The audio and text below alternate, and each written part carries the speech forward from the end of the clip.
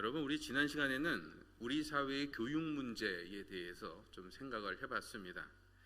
현대 사회의 교육 문제를 세 가지 에피소드로 얘기를 드렸죠. 시험 중심의 경쟁, 그리고 그것이 사실 생각보다 우리 아이들에게 그렇게 최선의 답을, 최선의 준비를 시켜주지 않는다는 것을 저희가 지적했고, 두 번째는 학교 제도 자체가 가지는 후진성, 특히 크리에이티비티, 21세기에 필요한 이 창조적인 면들을 개발하는데 별로 도움이 안 된다는 것도 지적했습니다. 마지막으로 우리네 학교와 우리네 사회가 이제는 그전에는 그냥 당연히 알아서 아이들이 배울 거라고 생각했던 가치관들이 이제 점점 더 우리하고 생각이 다른 여러 가지 것들을 가르치는, 다시 말해 가치관의 전쟁 속에 놓여져 있다는 것. 이런 면에서 보면 교육이 그전보다 훨씬 더 지금 간단치 않습니다. 다시 말해서 우리 아이들이 시험을 잘 치르고 학교에 잘 가고 겉으로 멀쩡히 잘 큰다고 해서 저희가 지금 괜찮다라고 말할 수가 없다는 뜻입니다. 특별히 사회에서 어떤 자격과 성공의 자질을 가지고 있다 하더라도, 굉장히 뛰어난 또 성공적으로 있는, 잘 학교에서 결과를 내는 아이라고 할지라도 사실 우리는 그런 지식과 그 아이들이 갖고 있는 외적인 것들이 인생을 결정짓는다고 생각하는 사람들이 아닙니다. 저희는 우리 내면과 영혼이 바로 되지 않으면 우리가 가진 어떤 것들도 다 부질없는 것일 수 있다는 것을 아는 사람들이기 때문에, 그 점에서 아까 얘기 드린 세 가지의 그 교육의 위기들 중에 세 번째 문제가 저희에게는 가장 심각한 도전입니다. 가치관 전쟁의 현실 말입니다. 우리 아이들 가치관 교육에 가장 큰 위협이 되는 것은 특별히 호주 사회를 포함해서 이 서구 사회 전체, 어떤 세계 전체를 지금 뒤덮고 있는 secularization, 세속화의 경향, 그리고 그 뒤에 자리하고 있는 individualism, 개인주의, 그리고 commercialization, 상업주의라고 말씀을 드렸습니다. 말씀드린 대로 세속화 경향은 단순히 교회 기관이 영향력이 좀 줄어든다, 혹은 학교에서 종교교육 시간들을 가질 수 없다, 이 정도의 문제가 아니고요. 이제는 기독교적 가치관을 말하면 사람들이 이상하게 보는 시대에 접어들고 있다, 그 얘기를 드렸습니다. 그리고 상업주의란 것은 바로 돈의 논리가 이 세상을 더 강하게 지배하면서 상업적인 이해, 돈을 더 벌기 위해선 더 치밀하고 정교한 설득전이 벌어지고 있다고 얘기를 드렸어요. 가치관의 설득들이 벌어지고 있다고 얘기 드렸죠. 문제는 이러한 세속화, 상업화 자체는 갑자기 나타난 것은 아니지만 특별히 최근 들어와서 더 강해지고 있는 미디어와 인터넷에 의해서 우리를 더 올가매고 있습니다. 더 나아가서 우리 아이들을 실제로 교육하고 있는 것이 이 미디어하고 인터넷이라는 현실 때문에 저희는 더 긴장할 수밖에 없습니다. 바로 이 때문에 미디어에 숨겨진 이러한 잘못된 논리들을 잘 읽어내지 못하면 우리는 우리 아이들이 교회를 잘 오고 있다는 것만으로도 교육이 잘 되고 있다, 이렇게 생각할 수 없다, 우리 착각일 수 있다라고 얘기 드린 것입니다. 실제 이러한 것이 현실로 드러나고 있습니다. 2003년부터 8년, 5년에 걸쳐서 13세에서 17세 청소년들을 대상으로 미국에서 굉장히 광범위한 연구조사, NSYR이라고도 불러요. The National Study of Youth and Religion. 이 연구조사의 결과가 지금 나와 있는 그 연구조사 결과의 분석책입니다. 그리고 요즘엔 그 청소년 문제나 또 신앙 얘기할 때 저 책이 너무너무 자주 인용이 돼요.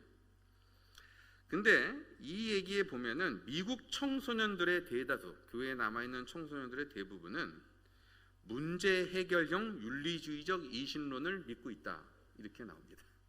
말이 거창하죠? 전에 한번 소개해드린 적이 있어요. 이 문제 해결형 윤리주의적 이신론, 이게 무슨 말이냐면, 문제 해결형이란 말은 하나님 그러면 우리의 문제, 병, 돈, 이런 필요들을 풀어주는, 문제를 해결해 주는 분으로 주로 이해하는 것입니다. 윤리주의적이란 말은 뭐냐면 예수를 믿는다는 게 착한 일 하는 거로 이해한다는 거예요. 이신론이란 건 뭐냐면요, 하나님께서 그런 좋은 원리를 탁 만들어 놓으시고 그거를 잘 지켜라 라고만 얘기하신 다음에 역사 속에서 썩 빠져나가셨다는 것입니다. 인격적으로 하나님을 만나고 우리에게 영향을 미치고 이런 일들을 기대할 수 없고요. 우리는 그 주어주신 원리에 따라서만 살면 잘 될 수도 있고 안 될 수도 있다. 적어도 우리 영락교회에 계신 분들은 이게 별로 성경에서 가르치는 하나님이 아니란 것은 이미 눈치를 채실 겁니다. 성경은 이런 하나님을 가르치지 않아요.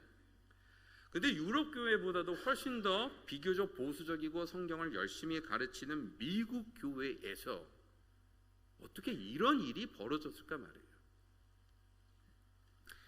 이것은 일반 세상과 미디어에서 보여주고 있는 기독교의 모습입니다. 일반 사람들이 그냥 상식적으로 받아들이고 있는, 다시 말해 피상적으로 이해하고 있는 기독교의 모습이에요.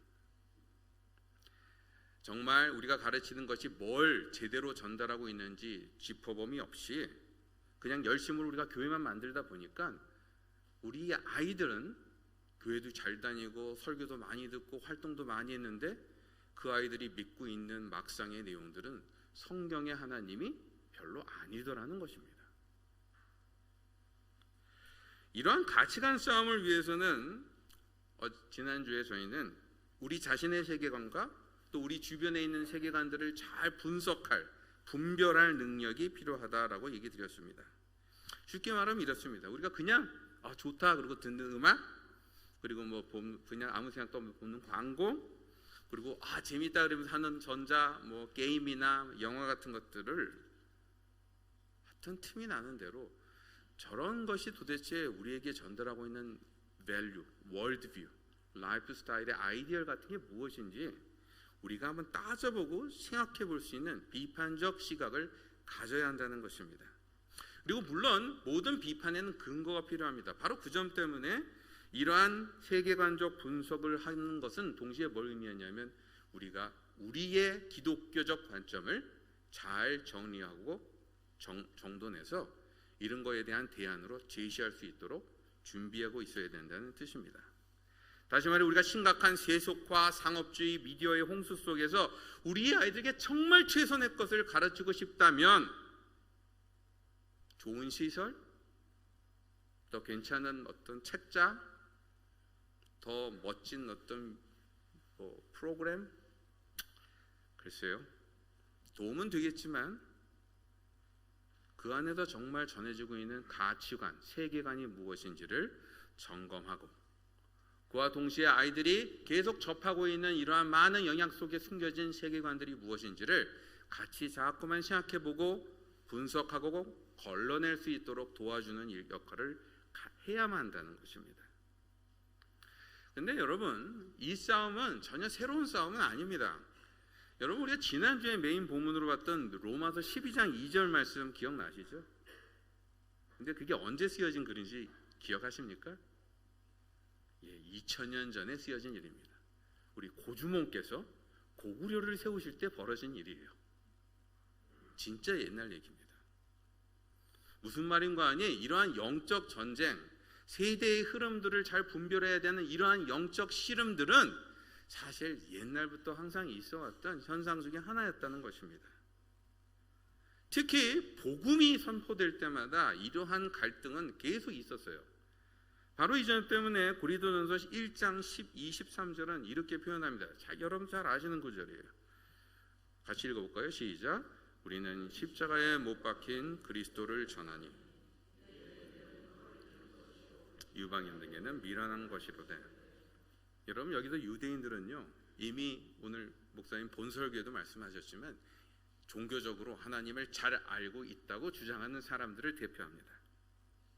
막상 이들은 종교적 전통에 매여서, 다시 말해 그 전까지 그들이 이해해왔던 그 폭에 매여서 정말 하나님께서 새로운 메시지를 그리스도의 십자가를 통해서 보여주시려고 할 때 막상 귀를 닫고 옛날의 전통을 가지고 거기 숨어버렸어요.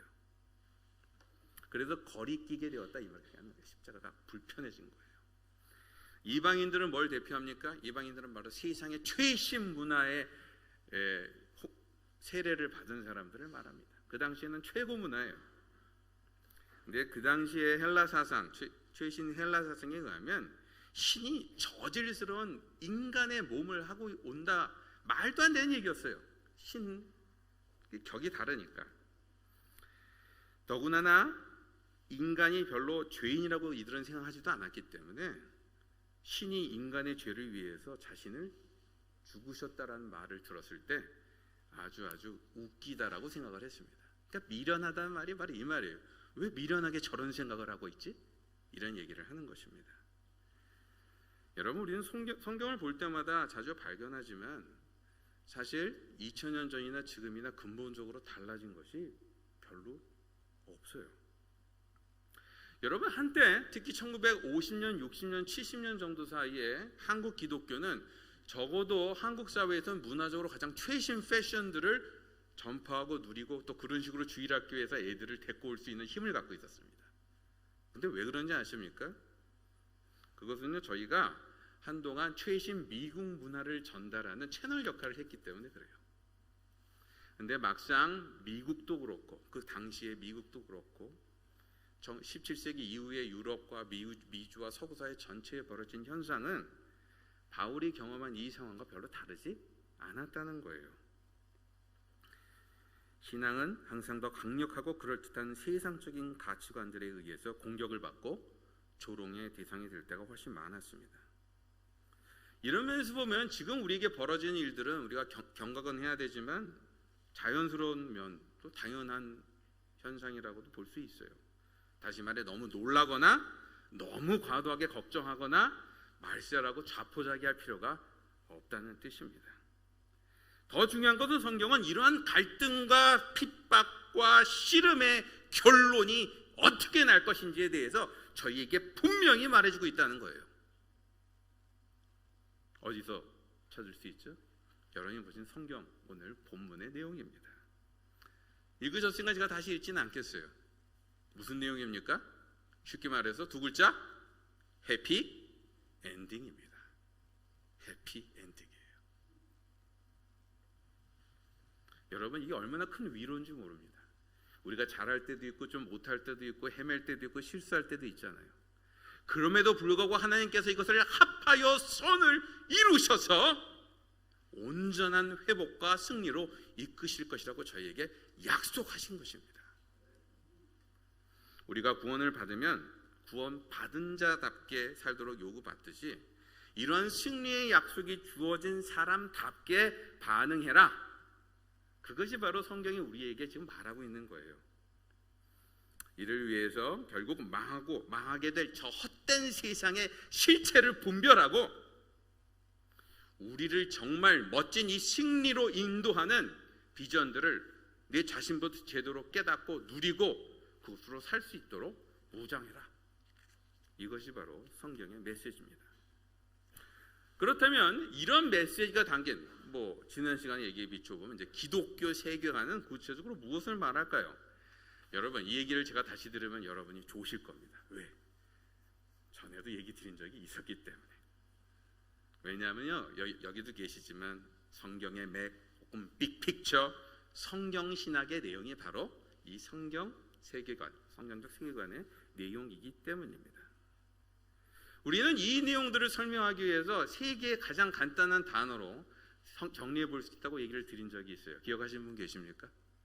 세 개의 주제. 창으로 시작됩니다. 창조. 두 번째, 타로 시작됩니다. 타락. 세 번째, 구로 시작됩니다. 구원입니다. 창조, 타락, 구속. 이 세 가지의 이야기들이 바로 성경 전체의 흐름을 설명해 주는 가장 중요한 단어입니다. 이 전체주들은요, 단순히 교회의 사역에 대한 얘기들을 하는 주제가 아니라 온 세상을 향한 창조주 하나님의 관심과 사랑과 계획을 보여주고 있는 단어들입니다. 성경적 세계관이 말하는 창조에 따르면 이 땅이 창조자가 자신의 지혜와 영광을 담아 만들어낸 걸작품이다. 선한 것이다. 이렇게 선포합니다. 특별히 저와 여러분은 그 창조자의 이미지를 담고 이 온 창조 세계의 관리와 발전을 책임지도록 위임받은 생각보다 굉장히 중요한 사람들이다 하는 얘기들을 하고 있어요. 그런데 이 사명에는 조건이 붙었죠. 뭐가 필요합니까? 우리 생각대로 돼서 되는 게 아니라 바로 이 창조자의 지혜에 먼저 귀를 기울이고 따라가지 않고서는 이 일들을 할 수 없다는 것이 전제되어 있었어요. 성경적 세계관이 말하는 타락에 따르면 인간은 이 선한 창조 세계를 흩뜨려는 사단의 유혹 속에서 나도 좀 하나님급으로 돼보고 싶다고 하는 인간의 교만한, 자기가 왕이 되고자 하는 헛된 욕구 때문에 결국 엉망이 되고 말았다라고 설명합니다. 덕분에 어떤 일이 벌어지죠? 저희 자신도 망가지고 옆 사람과의 관계도 망가지고 세상과의 관계도 망가지고 무엇보다도 하나님과의 관계가 망가져 버리고 우리는 거기서 돌이키지를 못합니다. 수습을 할 능력을 갖고 있지 못해요. 근데 성경적 세계관이 말하는 구원에 따르면 인간의 이러한 실패의 한심한 모습에도 불구하고 하나님의 은혜는 포기되지 않습니다. 이 과정은 특별히 아브라함의 자손 이스라엘을 선택하셔서 하나님과 인간의 관계에 대한 모델로 보여주시기 원했던 바로 구약의 히스토리 얘기 속에서 잘 나타나요. 이 얘기도 크게 두 가지 주제로 설명할 수 있죠. 하나는 계속되는 인간의 실패, 다른 한쪽에는 그럼에도 불구하고 계속되는 하나님의 은혜. 실패와 은혜, 실패와 은혜, 이것들이 서로 상승작용을 일으키며 점점 크게 그림들을 만들어 나가는 것이 바로 구약 전체의 이야기입니다. 이러한 내용은 특별히 이스라엘의 역사가 실패의 최정점에 달했을 때, 가장 끔찍한 상태에 일어났을 때 도리어 더 잘 나타나요. 언제요? 이스라엘의 두 왕국 시대. 예언자들이 나타나서 이스라엘 보고 너희들은 이제 심판받고 회개해야 된다고 외치던 바로 그 시점에 동시에 또 하나님의 은혜가 가장 잘 선포됩니다. 실패를, 이 모든 문제를 해결하실 대안을 하나님께서 직접 준비하고 계시다라는 얘기가 이때 나오죠. 옛 언약을 대신할 마음판에 새길 새 언약을 말씀하시고, 이제는 그 어떤 종보다도 자신이 직접 고난을 받아 우리를 이끄시고 감동시키시고 회복시키실 메시아를 주시겠다는 약속을 선포하십니다. 그리고 그 약속의 결과가 어디서 나타나죠? 여러분도 잘 아시는 예수 그리스도를 통해서 다 이루어진 것입니다. 그래서 이제 이 그리스도의 죽음과 부활을 보고 우리가 얼마나 죄인인지를 바로 깨닫고 우리가 하나님을 다시 붙들 때에 예수님의 부활과 같은 회복의 길을 다시 찾을 수 있다고 깨달을 수 있다면 우리는 회복의 길에 들어가기 시작을 합니다. 이 회복은 특별히 주님의 역할을 시간과 공간, 문화와 언어에 얽매이지 않고 역사하시는 성령님의 도우심을 통해서 이루어집니다. 근데 여기서 또 중요한 것은 성경적 세계관은요, 우리가 열심히 하면 이 땅을 천국처럼 만들 수 있다고 말하지 않아요. 하나님께서 이 땅의 회복을 위해서 우리가 함께 움직여 나갈 목을 허락하심에도 불구하고 이 땅의 회복은 우리의 힘으로 이루어지지 않습니다. 바로 그 점 때문에 우리의 진정한 소망은 어디에 있냐면 주님 다시 오시는군요 라고 하는 고백 안에 있다는 것입니다. 우리의 능력과 우리의 실수와 우리의 한심함의 결과가 결정되는 것이 아니라 주님께서 결정하신다는 그 소망 때문에 저희가 다시 한번 힘을 얻게 되는 것입니다. 오늘 읽은 말씀처럼 말이에요. 우리는 이러한 성경의 내용을 통해 세계관의 주요 질문들에 답을 할 수 있습니다. 세상의 시장은 어떻게 됐는가? 인간은 어떤 존재인가? 이 세상은 도대체 뭐가 문제인가? 이 문제의 해결책은 무엇인가? 뭐가 맞고 틀린 것의 기준인가? 우리가 진리는 어떻게 알 수 있는가? 이런 근본적인 질문들, 세계관적 질문들에 대해서 이 성경의 창조, 타락, 구속의 이야기들은 최선의 답을 저희에게 전해주고 있습니다. 이러한 기독교 세계관을 자꾸 이야기하고 더 살을 붙이고 또 변화해가는 내 상황 속에서 어떻게 적용하는지를 고민해 보는 것, 그것이 바로 신앙생활이기도 하다는 것입니다. 근데 아까도 얘기 드렸지만은 이런 세계관 전쟁의 상황은 그 자체로는 별로 새로운 것이 아닙니다. 여러분, 이것도 굉장히 위로해요. 왜요? 요즘 돌아가는 상황을 보면 큰일이다, 말세다, 난리 났다 싶죠? 근데 이런 우리를 향해서 하나님이 이렇게 말씀하시는 겁니다. 사실 너희가 씨름하는 지금 문제는 복음이 들어온 이래로 계속되어 온 영적 전쟁의 일부다. 너희 선배들도 그 과정을 거쳤고 어쨌든 지금까지 이른 것이다. 너희 걱정만큼 하나님의 복음은 그리 쉽게 넘어지지 않는다. 걱정하지 말아라. 걱정하지 말라는 거예요. 자, 그러면 이제 우리가 위로를 들었으니 뭘 하면 됩니까? 허리띠를 풀고 이제 신경 안 쓰고 아무것도 안 하면 됩니까? 여러분, 전체의 역사의 흐름은 하나님과 복음의 승리를 향해 간다 하더라도 그 과정 안에서는 수많은 사람들이 세계관을 바로 붙들고 바로 분별하지 못하여 개인이 넘어지고 가족이 넘어지고 사회가 어려워진 일들이 계속 일어납니다. 우리가 이걸 알면서 똑같은 실수를 반복할 필요는 없겠죠. 이 점에서 우리는 교회다, 특별히 이 세계관 전쟁이 좀 극심하게 일어났던 17세기 이후의 상황들이 우리에게 많은 도움이 됩니다. 우리가 지난 시간에 얘기 드렸던 대로 17세기 이후에 세속화, 교회의 영향력들이 줄어드는 과정들이 사실 점차적으로 일어났다는 얘기를 드렸죠. 그리고 이것이 특별히 19세기에 이르면 인간의 합리적인 이성만으로 모든 답을 낼 수 있다고 생각하는 이 이성주의가 유럽과 미국의 거의 주요 대학들을 다 컨트롤하기 시작합니다. 이런 상황에서 네덜란드에서는 기독교 세계관을 제대로 가르칠 단순히 신학교가 아니고요, 대학교를 만들어야 된다고 생각하는 사람들이 나타나고 그 사람들이 나름대로 굉장히 많은 정치적 문화운동을 벌여서 그 일들을 이룹니다. 이때 등장하는 사람이 바로 아브라함 카이프라고 하는 사람이에요. 다음 장면에 나오죠. 진짜 사진은 좀 재미가 없어서 좀 웃기게 그려진 사진으로 붙여봤습니다. 살찐 건 저하고 좀 비슷한 것 같아요. 근데 이 사람은 굉장한 칼빈주의자였어요. 여러분도 알다시피 칼빈주의가 강조하는 것은 하나님의 주권입니다.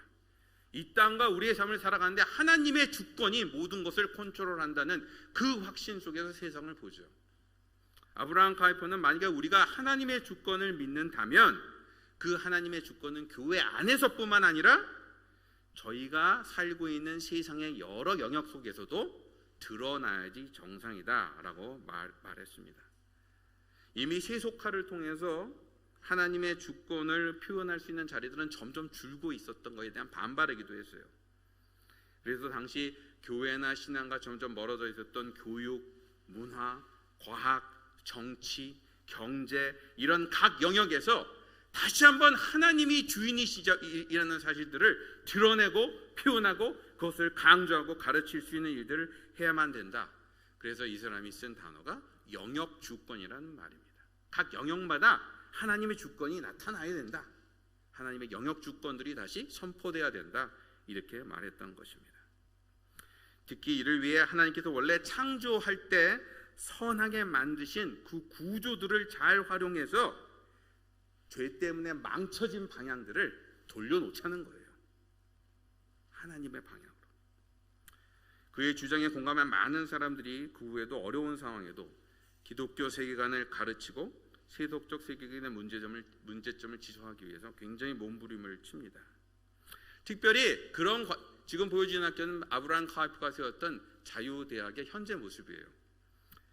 특히 이 모든 문제를 푸는 열쇠로 뭐를 강조했겠어요? 이것이 제대로 적용되기 위해서는 아이들을 제대로 교육하는 데서부터 출발해야 된다는 것 때문에 학교 세우는 일에 굉장히 집중을 합니다. 이것은 20세기 초반에 화란의 많은 이민자들이 미국의 중부로 이민을 가면서 미국에서도 또 활발하게 일어나서 여러분도 들어본 적이 있는 칼빈 칼리지 같은 학교들이 그때 세워지죠. 근데 문제는 20세기 초반의 미국의 상황들은 그때 막 대학과 지성세계를 불어닥치기 시작한 이성주의의 공격 앞에서 사람들이 주로 우리가 근본주의라고 말하는 방법으로 방어를 합니다. 여기서 말하는 근본주의라는 건 다른 뜻이 아니라 문화적으로 그런 어떤 새로운 공격들이 오면 싸우고 같이 씨름하기보다는 도망가자, 우리끼리만 따로 숨어서 문제를 해결하자고 하는 그런 태도를 가르치는 말입니다. 어쨌든 이런 것들 때문에 개혁주의적, 다시 말해서 문화를 안에서 분별하고 씨름하려는 노력보다는 미국에서는 도망가서 자기네들끼리만 해결하는 분위기가 훨씬 강했어요. 어쨌든 그럼에도 불구하고 미국에서 있었던 이런 기독교 세계관 운동은 아주 걸출한 지도자를 한 명 배출합니다. 여러분도 들어본 적이 있을 거예요. 바로 프란시스 쉐퍼라고 하는 사람입니다. 이 자리에는 아마 이분의 현대 문명, 특히 그 서구 사회의 현실에 대해서 비판한 평가한 책들을 읽어보신 분이 계실 것입니다. 여러분 자녀들도 기회가 되시면 이분의 책들을 갖고 이 서구 사회의 이성주의의 문제들을 보는데 도움을 받으실 수 있습니다. 근데 한편으로는요, 기독교 세계관 운동이 나름대로는 막 실험을 하면서도 너무 자기 생각에 잡히다 보면 자기 자신이 하고 있는 실수들을 보지 못하는 일들도 만들어집니다. 그게 어디서 나타나냐면요, 이 화란, 특히 기독교 세계관 운동의 전통이 되게 강했던 또 다른 한 곳에서 벌어져요. 바로 사우스 아프리카라고 하는 곳입니다. 사우스 아프리카에는 화란 이민자들이 일찍부터 가서 정착을 했고 거기에는 화란 개혁주의 교회가 되게 강했어요. 그 사람들을 아프리카노라고 부릅니다. 여러분도 들어보신 적이 있을 거예요. 그런데 문제는 이들은 백인 우월주의와 인종차별 정책을 옹호하는 쪽에 섭니다. 왜냐하면 그 사람들 입장에서는 남아프리카에 세워진 백인들의 기독교 문화를 지킨다는 명분이 더 중요했기 때문에 이런 인종차별적 이런 잘못된 문제들을 사실 제대로 인식하지 못했다는 것입니다. 제가 참 묘한 것은요, 요즘에 사우스 아프리카 상황들이 되게 악화되면서 많은 아프리카너들이 지금 어디로 정착을 새로 하고 있냐면 호주로 하고 있습니다. 그리고 이 사람들이 점점 더 호주 사회에 많이 들어오면서 미묘한 방법으로 인종차별 혹은 백인 우월주의에 대한 의식들이 더 슬쩍슬쩍 고개를 들기도 해요. 어쨌든 이러한 기독교 세계관 운동은 1980년대 한국에 드디어 전달됩니다. 미국을 통해서요. 원래 한국 기독교는, 특히 보수 기독교는 정치에 별로 관심이 없었죠. 그런데 그 당시에 여러분도 기억하시겠지만 1980년에는 모든 한국의 대학가들이 데모하느라고 난리였습니다.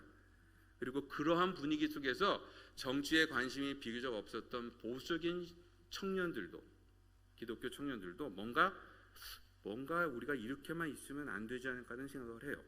특별히 어떤 면에서 그랬냐면 너무 신앙을 교회 안의 활동으로만 생각하고 있지 않은가. 다른 분야, 특별히 교육과 일반 직장에서도 하나님을 제대로 증거하는 일들을 우리가 좀 더 나서야 되지 않을까, 이런 고민들을 하기 시작합니다. 그리고 바로 그러한 배경에서 여러분도 들어본 적이 있을 기독교 교사운동, 기독교 학술운동, 혹은 직장 선교운동, 이런 것들이 막 일어나요.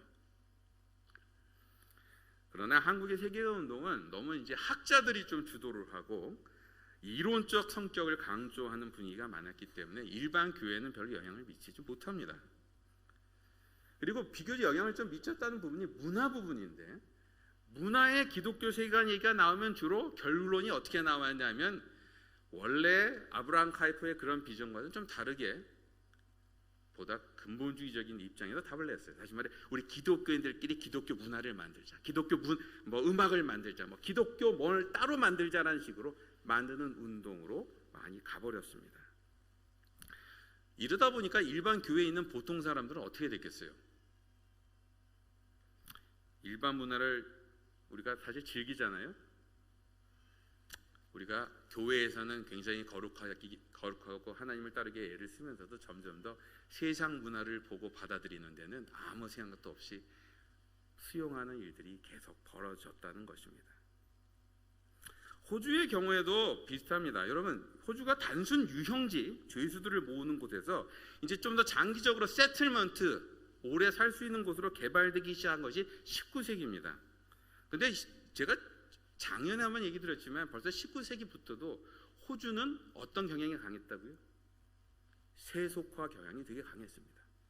기독교와 교회의 영향력들을 자꾸만 제거하고 사회의 중요한 인스티튜션들, 그게 특히 교육 제도를 세우려고 하는 시도가 처음부터 있었어요.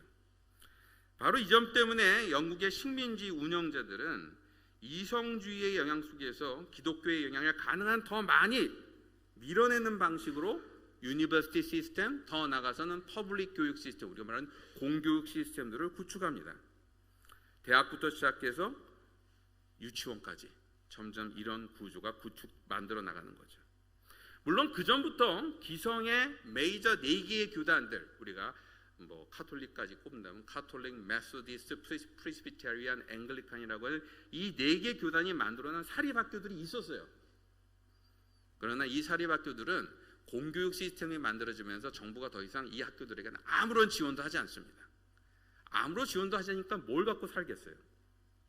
애들의 학비로 살아야 되는 상황이 되면서 그 학비를 부담할 수 있는 부자와 특권층 아이들만을 받아들이는 학교로 점점 가버립니다. 그리고 나니까 기독교적 가치관이 제대로 강조되거나 가르쳐질 수 있는 분위기가 아니게 되죠. 근데 이런 상황 속에서 2차 세계대전이 끝났을 때 2차 세계대전의 전화 속에서 특별히 네덜란드에 있는 많은 화란 사람들이 호주로 이민을 옵니다. 그리고 또 다른 팩터는 바로 그때 인도네시아가 독립운동을 막 하면서 인도네시아의 식민지가 인도네시아를 컨트롤하고 있던 유러피안 파워가 네덜란드였어요. 거기 있던 네덜란드 사람들이 호주로 피신을 오기 시작합니다. 그래서 2차 세계대전이 끝나고 나서 그 후에 있었던 5, 6년 사이에 5만 명이라고 하는 숫자가 굉장한 많은 숫자예요. 한 번으로 오게. 호주로 이민을 옵니다. 근데 이들은 원래 호주 장로교회 단체로 이제 가입을 하기로 됐는데 들어와서 그 당시에 호주 장로교가 조금 내부적으로 여러 가지 어려움들이 있었어요. 그래서 곧바로 여러 가지 호주 장로교가 주는 특권들을 다 뒤로 버리고 독립교단을 세웁니다. 그것이 바로 오스트레일리아 앤 뉴질랜드 리폼 처치라고 하는 교단이에요. 개혁교단이라고 불리는 교단이에요. 이들은 처음부터 아브라함 카이프의 정신에 따라서 호주에도 기독교 세계관을 제대로 가르치고 이를 바탕으로 삶의 모든 영역에서 하나님의 주권을 드러낼 수 있는 방법을 찾아보자라는 그런 운동들을 벌입니다. 근데 여러분, 이 사람들이 와서 힘이 있었겠어요? 이민자들인데 저희가 별로 다르지 않았거든요. 그들이 세웠던 정말 10손가락에도 안 되는 그 교회들이 힘을 합쳐서 처음 만든 것이 신학교인데 그것이 바로 여러분도 들어본 적이 있을 바로 Reformed Theological College입니다. 근데 바로 아브라함 카이퍼의 이러한 사상들로 얘기를 시작했기 때문에 이 사람들은 신학교를 만들려고 이 학교를 만든 게 아니었어요. 뭘 만들려고 시작을 했을까요? 크리스찬 유니버시티요. 기독교 종합대학을 만들기 위해서 출발점으로 저걸 시작한 것입니다. 바로 그 점 때문에 호주에 가장 먼저 기독교 교육학과가 생긴 학교가 바로 저 리폼 티올로지컬 칼리지예요. 그리고 이민자들이 그렇게 어렵고 힘든 상황에서도 재정적으로 넉넉지 않았던 화란 교회는 사실 저 학교를 바로 세우고 저 학교를 통해서 후세들을 양성하는 일에 굉장히 많은 에너지를 투자합니다. 그런데 호주 정부는 일반 사립 부분에서 대학 교육을 시작한 것을 원하지 않았어요. 그래서 철저하게 막습니다. 그래서 기독교 대학을 만들려고 하는 운동이 벽에 부딪히기 시작을 하죠. 그래서 이 운동이 방향이 바뀝니다. 대학을 못하게 하니까 대신 초등학교와 중학교를 만드는 운동으로 바뀌기 시작을 하죠.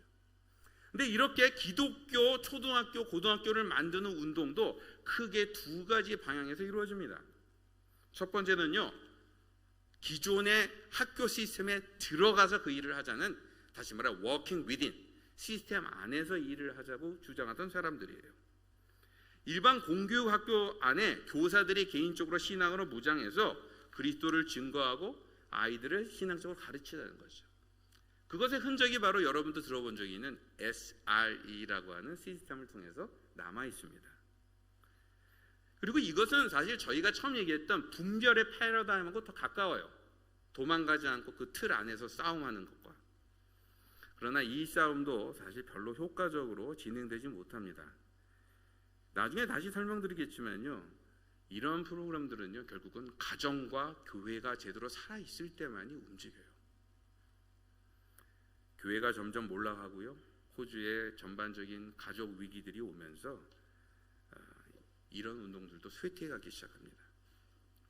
또 하나는 공립학교 시스템 안에서 뭘 싸우는 건 너무 힘드니까 아예 우리끼리 틀을 좀 새로 만들어서 아이들을 제대로 가르쳐보자라고 하는 일종의 working inside, 내부에서 working outside, 외부에서 일하자는 운동이 나타납니다. 이분들은 특별히 또 그 전에 이미 존재하고 있었던 기독교계 사립학교들을 보면서 굉장히 비판적이었어요. 왜? 너무 저희 엘리트들만 모이고 학비는 비싸고 뭐 여러 가지 이슈가 있다고 봤죠. 그래서 이 사람들은 새로운 패러다임으로 학교를 시작합니다. 특별히 이 사람들이 강조한 이거였어요. 기독교 교육은 어디서 하는 것이다? 가정에서 하는 것이다. 참다운 기독교 학교는 가정이 그렇게 하는 것을 도와주는 것이 기독교 학교가 할 일이다. 이렇게 정의를 해요. 바로 이 점 때문에 바로 우리가 영어로는 Parent Control School이라는 패러다임으로 독립학교들을 만들기 시작합니다. 저게 지금 그런 Parent Control School들의 몇 개의 연합회 중에 하나예요. 여러분, 최근 들어서 이 학교들이 요즘 인기가 엄청 많습니다. 애들을 여길 보내려고 그러면 5년, 6년 리스트를 걸어놔도 쉽지 않아요. 근데 저도 이게 그 학교의 애들을 보내고 있는 상황이지만 완벽하지 않습니다. 나름대로 또 아쉬운 게 있어요. 왜요? 거기가 나름대로 너무 신자들만의 도피처가 되더라고요. 이를 통해서 세상에 정말 이 터프한 도전과 위기들을 제대로 맞서 싸울 수 있는 힘들을 가졌는지 제가 조금 걱정될 때가 많습니다. 여러분, 기독교 학교 운동 외에도 우리 자녀들에게 바른 신앙을 전해 지켜주고자 하는 운동은 사실 호주 전역에서 계속 일어나고 있었어요. 특히 일반 대학에서는 우리가 에반젤리칼 유니언이라고 여러분 들어보신 적이 있으실지 모르겠습니다. 캠퍼스 안에 굉장히 복음주의적인 대학교 사역 운동이 호주에서는 오랫동안 아주 잘 자리를 잡아왔어요. 그뿐만이 아닙니다. 기존의 일반 대학 중에서도 신학교나 혹은 신학교육단체들과 협력관계를 만들어서 부분적으로라도 기독교 대학의 비전들을 한번 이뤄보려고 하는 시도들이 있었어요. 가장 좋은 예가 교회에서도 가까운 맥커리 대학 같은 경우입니다. 맥커리 대는 그 안에 있는 여러 가지 기독교 단체들과 같이 협약을 맺어서 특별히 교양 과목에 있어서는 그런 기독교 세계관적 공부들을 정식으로 할 수 있는 기회들을 제공하는 시도를 했습니다. 또 다른 거는 또 저희 학교에도 관련된 분들이 계시지만 파라마타에 있는 알파 크루시스라는 대학을 들어보셨을 겁니다. 그 학교도 원래 신학교로 시작됐지만 그 학교에다 에듀케이션, 채플런시, 비즈니스, 에듀케이션 여러 분야들을 계속 확장시켜서 바로 기독교 사립대학, 종합대학을 만들려고 하는 시도들을 계속 하고 있어요.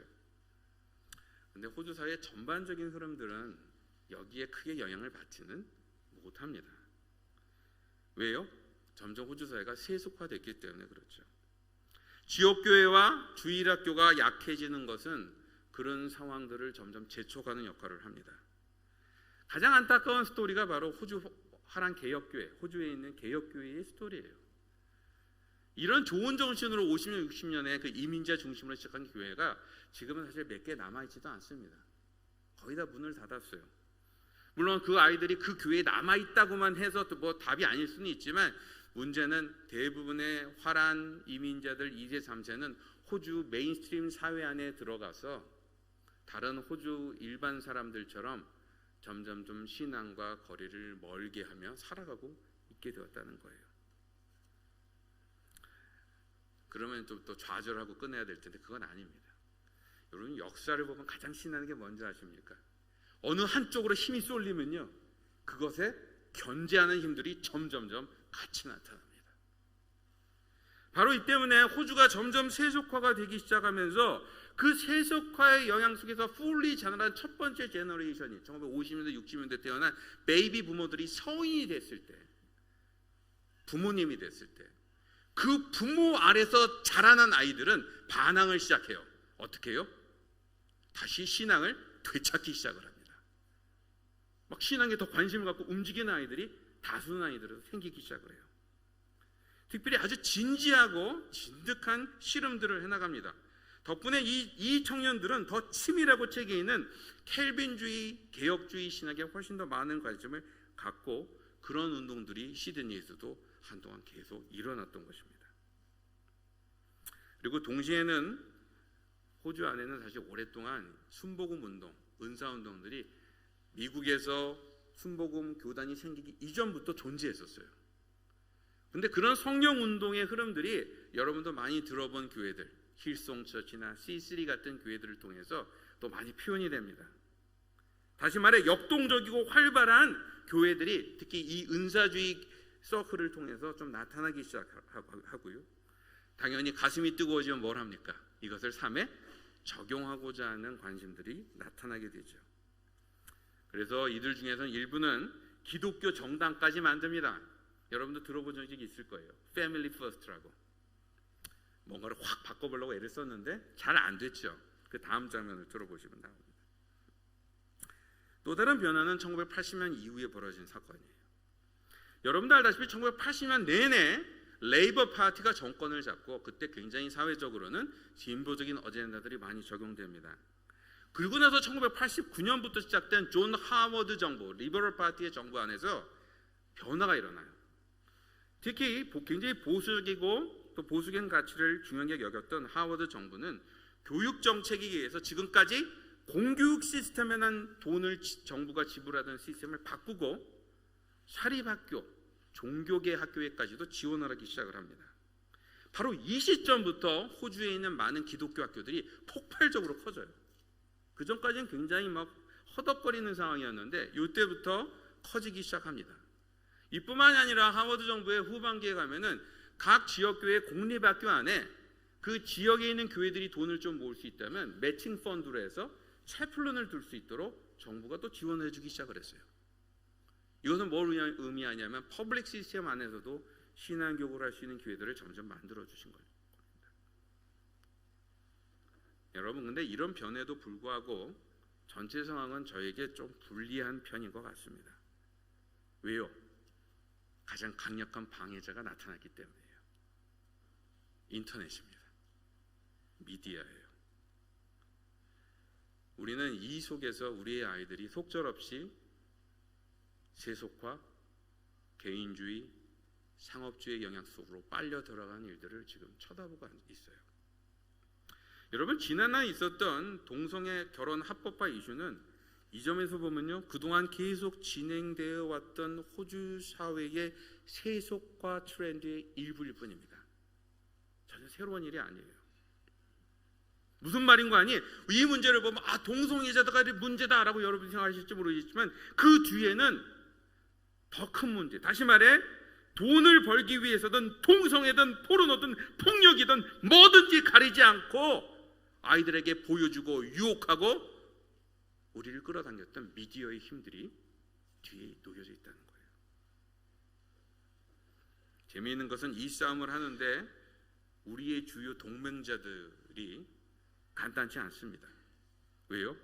그러니까 미디어를 싫어하고 이 미디어에 싸움을 하는 사람들 동맹군들 한번 보십시오. 이 중에는요, 저희 같은 이민자들을 진짜 싫어하는 교육받지 않은, 교육 수준이 좀 낮거나 시골에서는 백인들이 굉장히 많이 포함되어 있습니다. 혹은 우리랑 근본적으로 뭐가 안 맞는 무슬림들도 이 반동성애 결혼 합법화 운동에 굉장히 열심히 나서고 있어요. 도리어 우리 같은 이민자들의 인권을 지켜주고 약자의 편을 들어주는 호주 사회의 많은 메인스트림의 지도자들은 동성애 결혼을 찬성하는 입장에 서 있습니다. 이 말은 호주 정치 상황에서 우리가 편 나누기가 너무 쉽지 않다는 거예요. 여러분, 이런 상황에서 우리가 뭘 해야 될지를 분별하는 일들은 쉽지 않습니다. 퀵 픽스가 없다는 거예요. 그러나 그럼에도 불구하고 우리는 원칙을 바로 잡음으로써 근본부터 이 상황들을 바꿀 수 있는 실험들을 해야만 합니다. 그리고 그 실험을 위해서 간단히 여러분께 세 가지만 얘기를 하고 오늘 마치려고 합니다.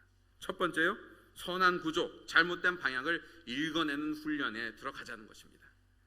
여러분 아까도 처음에도 얘기 드렸듯이 우리가 해야 될 것은 이 세상의 세계관의 도전 앞에서 도망이 아니고 우리끼리만 숨어 있는 것이 아니라 그 안에서 씨름하고 분별하는 거라고 말씀드렸습니다. 이것은 예수님의 말씀을 통해 또 분명해져요. 여러분도 잘 아시는 마태복음 5장 13절에 16절 빛과 소금의 비유를 기억하실 수 있을 것입니다. 13절에 보면 이런 내용이 나오죠. 같이 한번 읽어볼까요? 시작.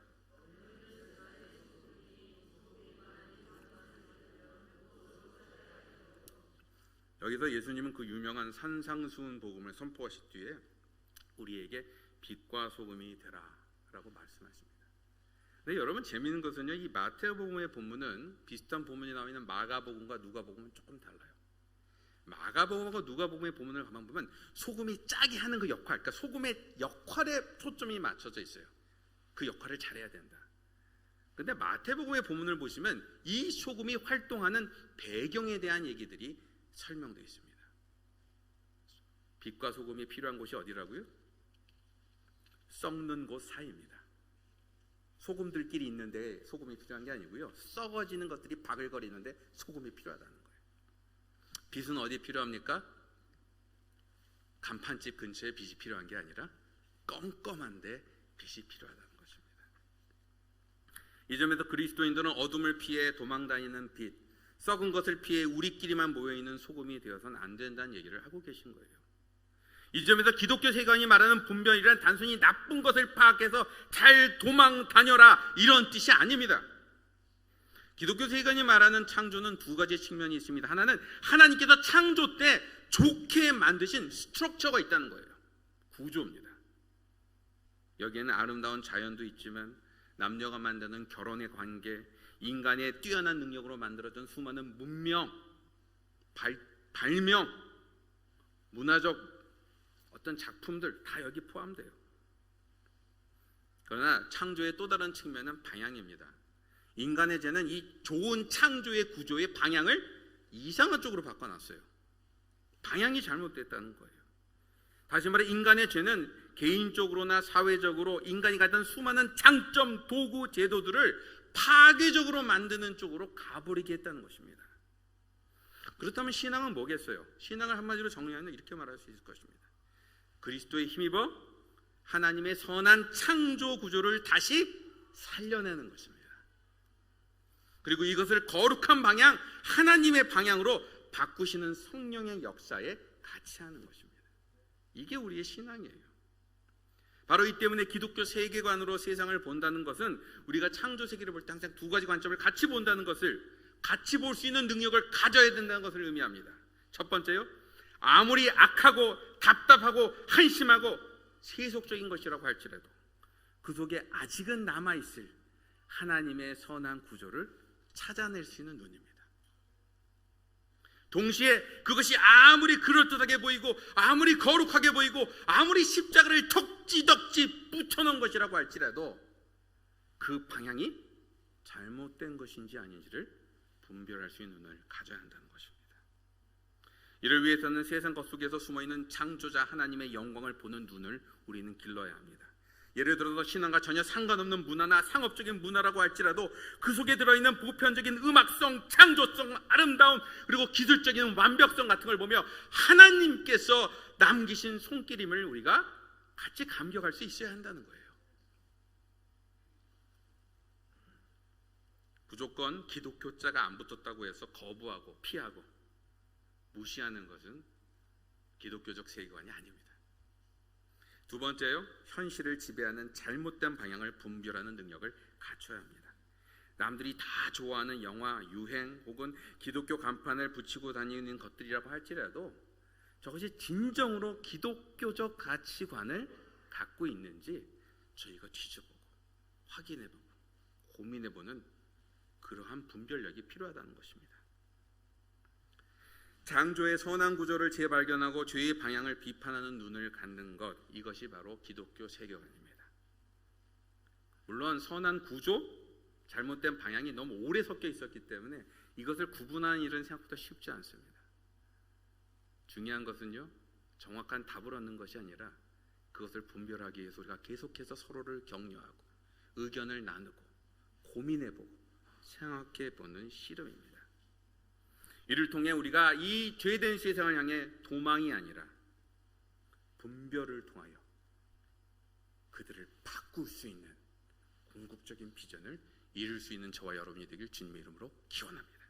두 번째, 성경의 큰 그림을 이야기하셔야 됩니다. 여러분, 우리 시대의 가장 시급한 문제는 이 정신없이 전개되는 세계관 전쟁 속에서 수많은 이야기들이 막 쏟아져 오고 있다는 거예요. 그러면 우리는 기독교 세계관을 우리의 것으로, 우리의 생활의 일부로 어떻게 만들 수 있을까요? 이 혼잡스러운 정보의 홍수 속에서 단기 과정을 딱 듣거나 뭐 몇 주 딱 열심히 공부한다고 해결될 문제면 우리가 이 상황에 있지도 않죠. 물론 이런 건 도움이 됩니다. 중요해요. 그러나 여러분, 우리 생활의 습관화가 되려면 뭐가 필요한지 아십니까? 스며들게 만들어야 됩니다. 스며들게. 생활화시켜야 돼요. 스며들게. 여러분, 성경은 그리스도를 만나는 과정을 대부분 두 가지의 타입으로 설명을 합니다. 하나는 대표적인 사람이 바울 타입이에요. 어떤 사람이요? 딴짓 막 하다가 예수님을 만나서 확 돌아버리는 사람이에요. 완전히 방향을 바꾸는 것입니다. 또 다른 타입은요, 자기도 모르는 사이에 엄마한테 끌려다니다가 예수를 믿어서 목사가 된 디모데 같은 사람입니다. 바울과 디모데. 근데 여러분, 우리가 칼빈주의적 입장에서 보면 이 두 가지가 다른 것 같지만 다르지 않아요. 왜 그런 줄 아십니까? 왜냐하면 바울처럼 극적으로 변화된 사람처럼 보이는 상황조차도 그 바울이 변하게 되기까지 인도하신 하나님의 태초부터 준비하심이 자리하고 있기 때문에 그렇습니다. 그래서 모든 사람의 변화는요, 아주 오래된 과정의 일부로 벌어집니다. 여러분, 기독교 세계관이 내 삶에 스며들게 할 때도 마찬가지입니다. 제가 이 기독교 세계관은 복음과 성경 전체의 흐름을 현대적으로 요약한 것이라고 설명을 드렸죠. 우리의 변화, 우리가 정말 기독교적 세계관이 우리 몸에 스며들게 하려면 이 얘기를 계속하는 것 외에는 답이 없습니다. 바돌로메오라는 학자는 이렇게 말해요. 지금 이 세상은요, 너무 많은 세계관들을 나름대로 포함하고 있는 이야기들이 넘쳐납니다. 우리 아이들을 그냥 두면은 그 세계관, 그 이야기에 의하여 그 이야기가 말하고 있는 세계관에 애들이 브레인워시 된다는 것을 지적해요. 근데 이 말을 뒤집어 얘기하면 무슨 뜻인지 아십니까? 우리가 우리의 아이들을 기독교 세계관으로 만들려면 뭘 해야 된다는 거예요. 기회가 될 때마다 기독교 세계관 이야기를, 성경의 빅픽처 이야기를, 복음의 창조 타락 구속 이야기를 해줘야 된다는 얘기입니다. 계속해서요.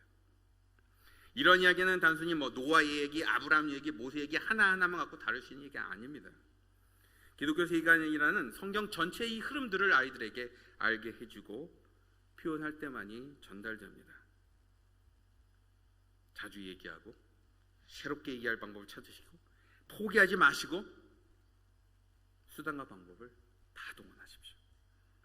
호주 기독교는 이를 위해서 굉장히 좋은 유산을 갖고 있습니다. 성경 신학이라고 하는 운동이 있었어요. 이것은 성경을 조각조각 보지 않고 하나님의 큰 구원 역사의 일부로 보면서 창조, 타락, 구속의 흐름으로 성경 전체를 읽어나가는 운동들이 굉장히 일찍부터 잘 자리를 잡고 있었습니다. 요즘 들어서 미국하고 한국에서 지금 이거에 대한 관심들이 엄청 늘어났어요. 막상 호주에 살고 있는 저희가 이런 좋은 유산들을 잘 활용하고 있지 못한다면 이게 얼마나 손해입니까? 바로 옆에 있는데. 이제 호주 사회가 겪어온 세계관 전쟁을 피부로 느끼기 시작한 우리 이민교회도 성경의 이야기, 기독교 세계관의 이야기, 창조 타락 구속의 이야기를 해줄 때가 되었습니다.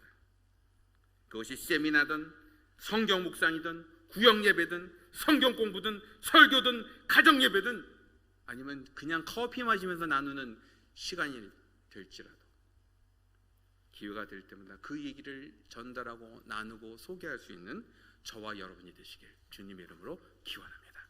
마지막으로 교회에서 가정의 역할을 회복하라. 여러분, 우리 시대의 가장 큰 문제는 바로 이러한 분별의 능력을 갖추고 성경의 큰 그림을 계속 이야기할 수 있는 분위기를 만들어야 되는데 이건 어떤 환경에서 만들어지겠어요? 여러분, 제대로 된 교육과 변화를 원한다면 방법이 없습니다. 애들을 학교에만 갖다 놓는다고 해결될 문제도 아니고요, 집에만 붙들어 놓는다고 해결될 문제도 아니에요. 어떤 게 필요하다고요? 네트워크를 만들어야 됩니다.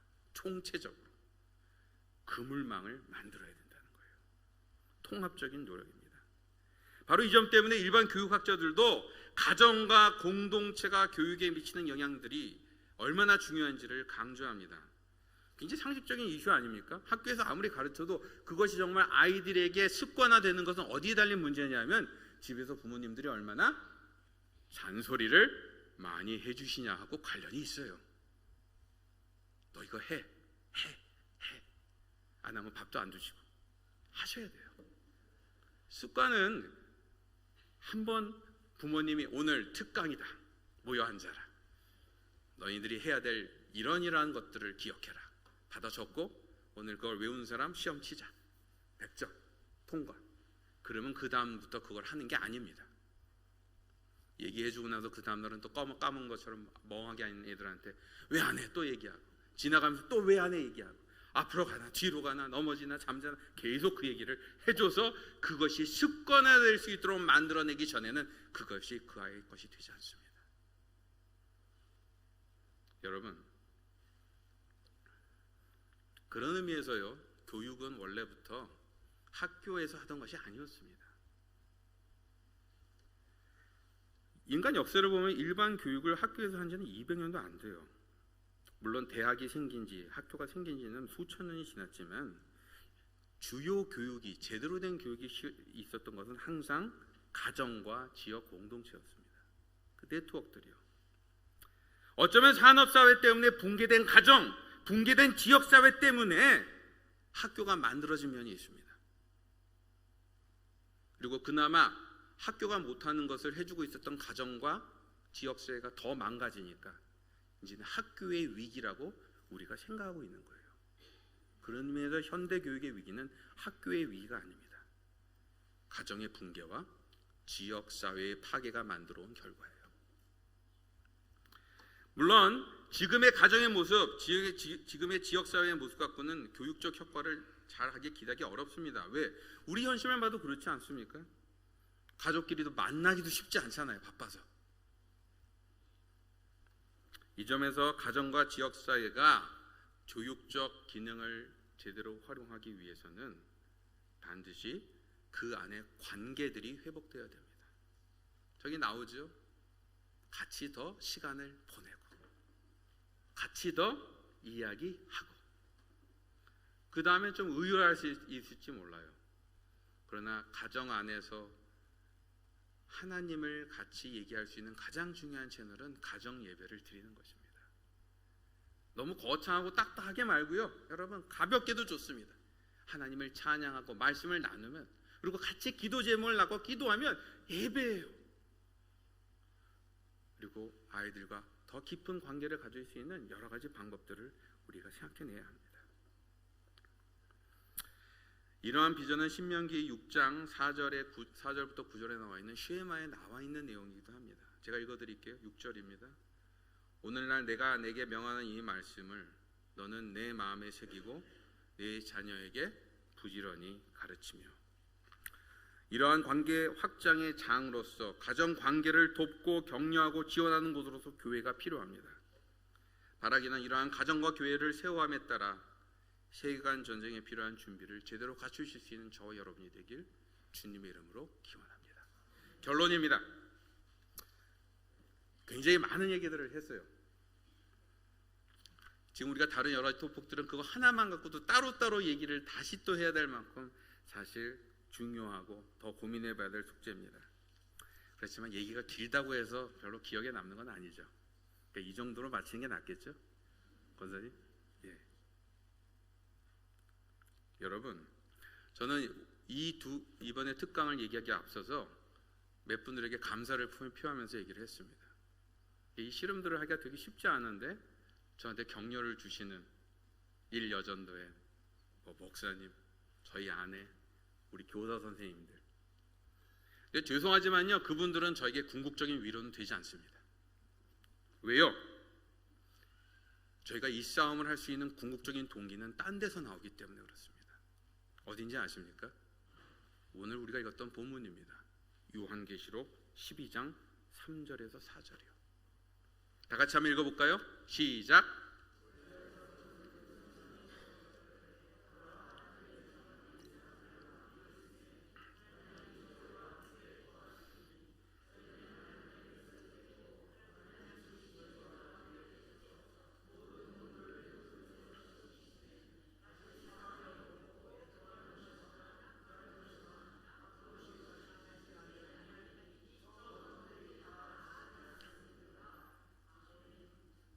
저희가 처한 세속화의 위험, 세계적인 전쟁의 현실은 우리가 영적으로 바로 깨어야 될 이유들을 말해주고 있습니다.